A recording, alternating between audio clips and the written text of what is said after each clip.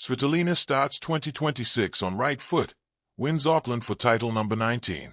Elina Svitolina defeated number 7 seed Sinyu Wang 6-3, 7-6, 6 in 1 hour and 42 minutes on Sunday in Auckland to win the ASB Classic.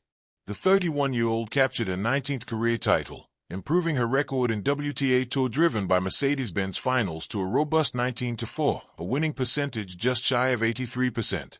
Svitolina entered the tournament as the number 1 seed and looking to reset after her 2025 season ended with 4 straight losses and an injury that cut her year short following the Billie Jean King Cup finals.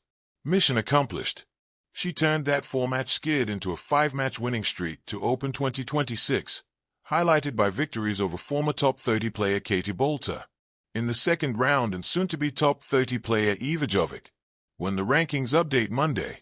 In the semifinals, it definitely feels amazing to win another title, especially after a not very pleasant end of the year for me, Svitolina said in her on-court interview. But that break really helped me to regroup and come back with a new energy, and I'm very happy that I got the title, hey.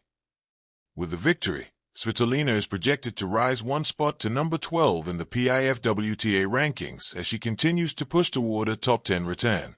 The 250 points she earned in Auckland could prove valuable with quarterfinal points to defend later this month at the Australian Open. But if she maintains this level, another deep run in Melbourne is well within reach. Her performance Sunday was more than enough to overpower Wang, particularly on serve. The Ukrainian faced 4 break points, saved them all and won 74% of her first serve points. On return, she broke Wang for a 4-2 lead and closed out the opening set in just over a half hour. It proved to be the only break she needed, and the only break of the match, as Svitolina sealed her straight sets win in a second-set tiebreak. Despite the loss, Wang leaves Auckland with plenty to build on and a significant rankings boost.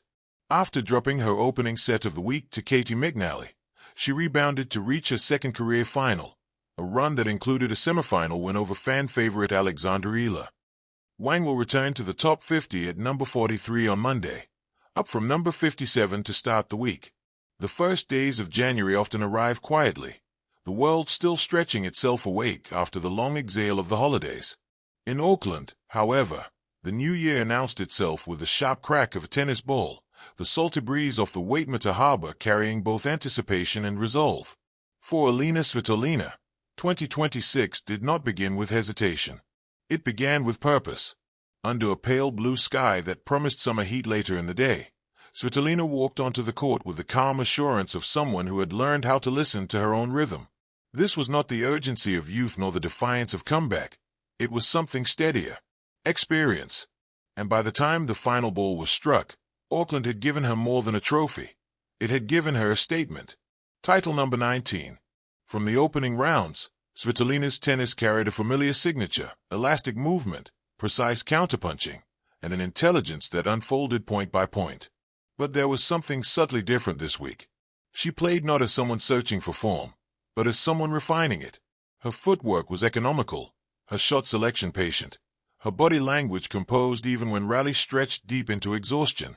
Auckland has always been a tournament where seasons are born. For some, it is a warm-up. For others, a proving ground. For Svitolina, it became a reminder, both to herself and to the tour, that class does not fade. It adapts. Each match added a layer to the narrative. Early opponents tested her timing, pushing her into long exchanges that demanded discipline. She answered not with force, but with angles, drawing errors the way a chess player draws a mistake 3 moves ahead. The crowd, knowledgeable and generous, responded to the craft of it all. They applauded not just winners, but ideas. By the quarterfinals, the tension sharpened. The rallies grew heavier, the serves louder, the margins thinner. Yet Svitolina's game remained unruffled. She absorbed pace, redirected it, and waited. When opportunities appeared, she took them cleanly, without drama. It was tennis played with a veteran's clarity. Do the work. Trust the process. Repeat. The semifinal felt like the emotional pivot of the tournament. Down moments that could have shifted momentum, Svitolina steadied herself with a deep breath and a glance toward her team. There was no panic, only recalibration. A slightly higher first serve percentage. A safer margin over the net. One extra ball in play. The match turned not with a roar, but with a quiet tightening of control. And then came the final. The stadium buzzed with that particular energy that only finals can create. A mix of expectation and nerves, hope and history. Across the net stood another player hungry for a fresh start, someone eager to make the year her own. For a set, the contest was razor close, the kind of tennis where each hold of serve felt like a small victory. Svitolina's breakthrough came not from overpowering her opponent, but from outlasting her. Rally by rally, she asked the same question, "Can you do this one more time?"